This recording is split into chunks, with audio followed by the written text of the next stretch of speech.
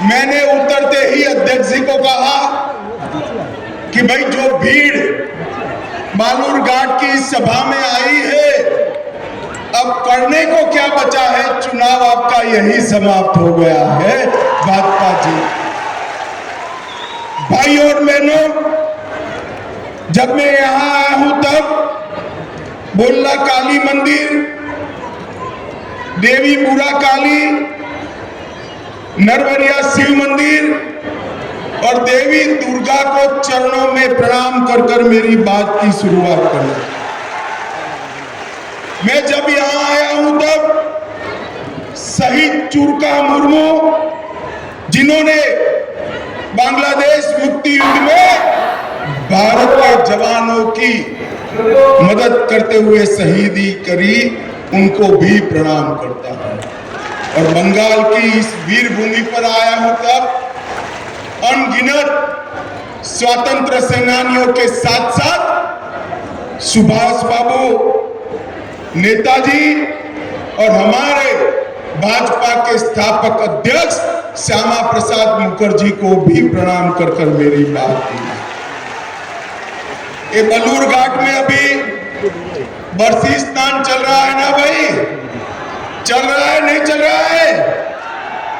स्नान कर कर शिव जी की पूजा करते हो ना, मगर याद रखना, स्नान कर कर शिव जी की पूजा कर कर 19 तारीख को कमल के निशान पर बड़े जुनून के साथ बटन दबाना है। दबाएंगे क्या? दबाएंगे।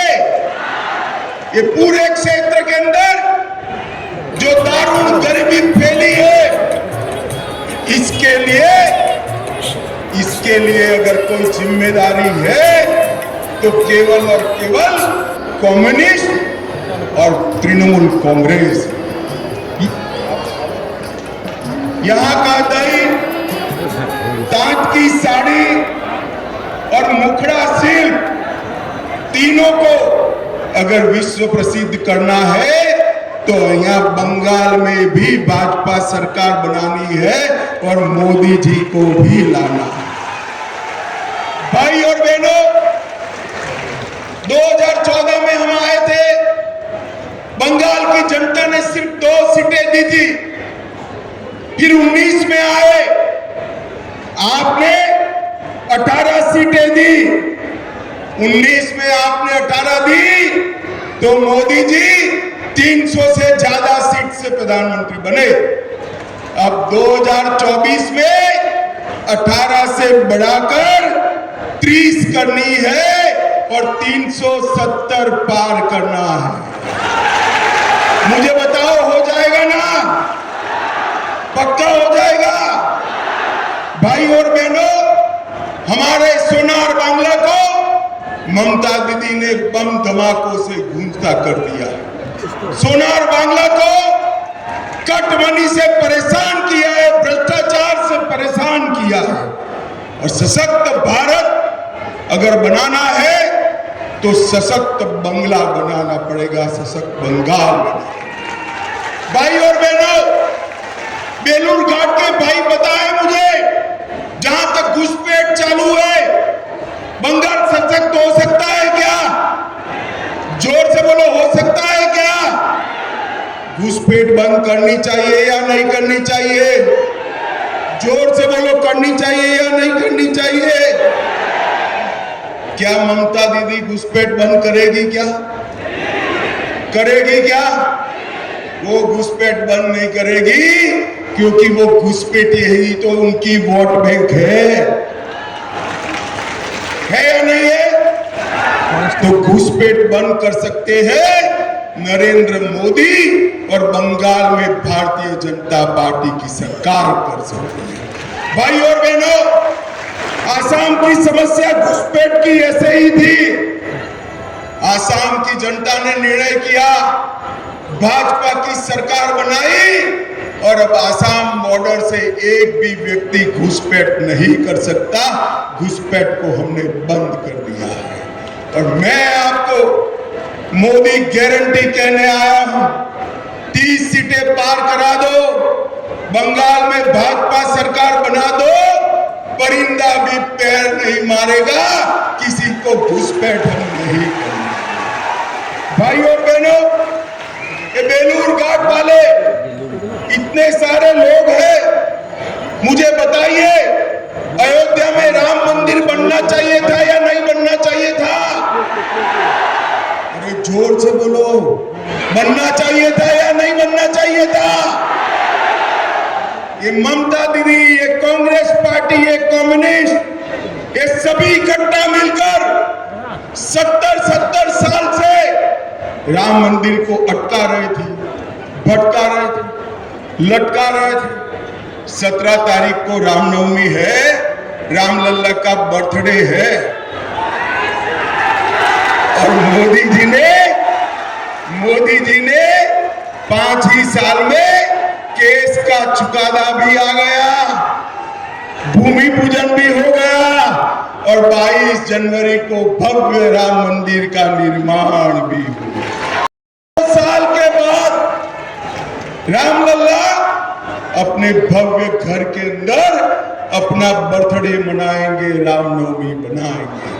भाई और बहनों, ये पार्टियों ने तुष्टीकरण के लिए राम मंदिर को अब तक रोक कर रखा। मैं बंगाल की भूमि पर आया हूं, मुझे बताइए, बंगाल की भूमि पर मैं आया हूं। श्यामा प्रसाद जी ने धारा 370 हटाने के लिए अपनी जान दे दी थी। भाई और बहनों, बेलूर घाट वालों, मुझे बताओ, ये जो कश्मीर है हमारा है या नहीं है? जोर से बोलो, है या नहीं है? 370 हटनी चाहिए थी या नहीं हटनी चाहिए थी? ये कांग्रेस, तृणमूल सभी लोग विरोध करते थे। मोदी जी ने 5 अगस्त 2019 को 370 को समाप्त कर कश्मीर को हमेशा के लिए भारत का।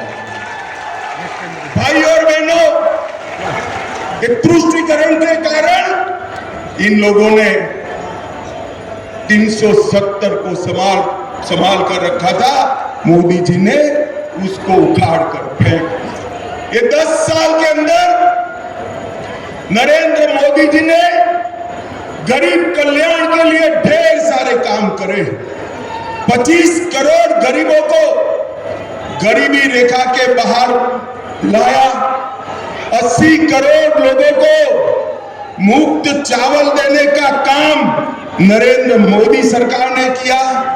12 करोड़ शौचालय बनवाए, 4 करोड़ लोगों को घर देने का काम किया, 10 करोड़ लोगों को उज्ज्वला का कनेक्शन दिया, और 14 करोड़ लोगों को नल से जल देने का काम नरेंद्र मोदी ने किया।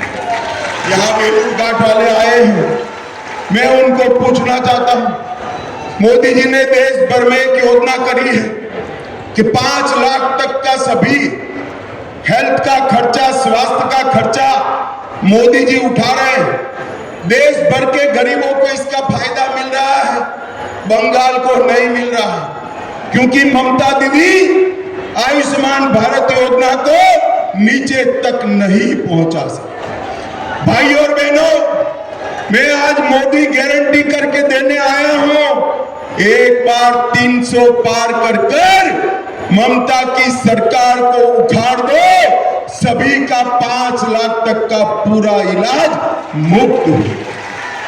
आपके चावल में कोई कटौती नहीं कर पाएगा, कोई कटमनी नहीं ले पाएगा, कोई कोयले की तस्करी नहीं कर पाएगा, कोई गौ तस्करी नहीं कर पाएगा, और कोई घुसपैठ भी नहीं कर पाएगा।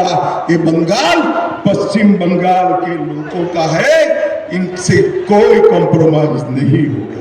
भाई और बहनों, मुझे बताओ, 3 तलाक हटाना चाहिए था या नहीं हटाना चाहिए? जोर से बोलो, माताओं बहनों बोलो, हटाना चाहिए था या नहीं हटाना चाहिए? ममता दीदी नहीं चाहती 3 तलाक हटाएंगे। भारतीय जनता पार्टी की नरेंद्र मोदी सरकार ने 3 तलाक को समाप्त कर मुस्लिम बहनों के साथ न्याय करने का काम किया है। भाई और बहनों, एक कांग्रेस पार्टी को क्या हो गया है मेरी समझ में नहीं आ रहा। आज भी कहते हैं कि मुस्लिम पर्सनल लॉ होना चाहिए, यूसीसी नहीं होना चाहिए। भाई और बहनों, वो तो छोड़िए, वो अपना मैनिफेस्टो निकालते हैं, ऊपर तस्वीर थाईलैंड की लगाते हैं। पूरे भारत में एक भी तस्वीर नहीं मिलती, थाईलैंड की तस्वीर लगाती है।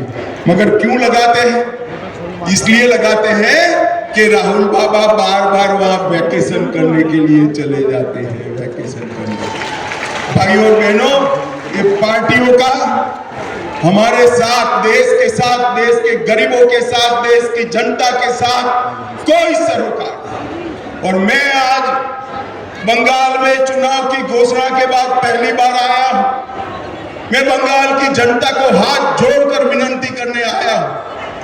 हमने एक कानून पारित किया है सीए का। ममता दीदी बंगाल के लोगों को गुमराह कर ये कह रही है कि आपने एप्लीकेशन किया तो आपका नागरिकता चला जाएगा। अरे नागरिकता है ही नहीं ममता दीदी, आपको क्या मालूम है? मैं आज आपको कहने आया हूं, डरे बगैर जितने भी शरणार्थी आए हैं सीए में एप्लीकेशन करे, किसी पर कोई केस नहीं होने वाला है, कोई मुकदमा नहीं होने वाला है। ये मोदी सरकार का कानून है, इसमें कोई परिवर्तन नहीं कर सकता। और ममता दीदी, आपको जितना विरोध करना हो करो।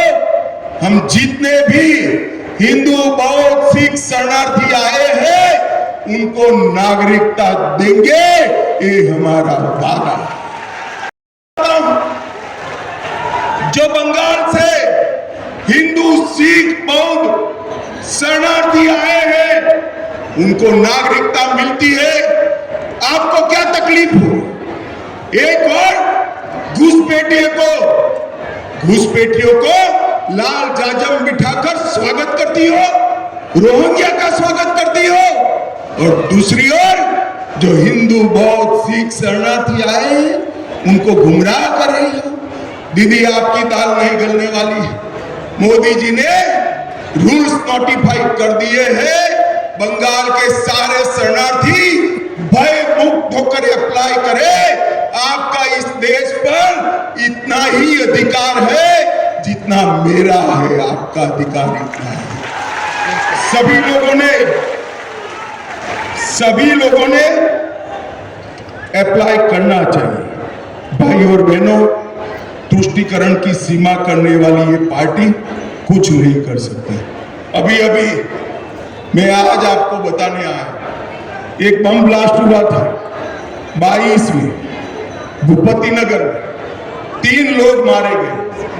मुझे बताओ भाई, बम ब्लास्ट करने वालों को मजबूती से जेल की सलाखों के पीछे डालना चाहिए या नहीं डालना चाहिए? जरा जोर से बताओ, डालना चाहिए या नहीं चाहिए?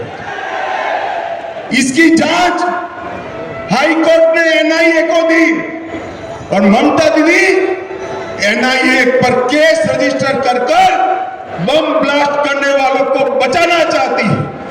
ममता दीदी, शर्म करो, शर्म करो। आप बम ब्लास्ट के आरोपियों को बचाना चाहती हो। आप चिंता मत करिए बंगाल वालों, हाई कोर्ट ने एनआईए को जांच दी है, सबको उल्टा लटका कर सीधा कर दिया जाएगा। आप चिंता मत करिए। बंगाल में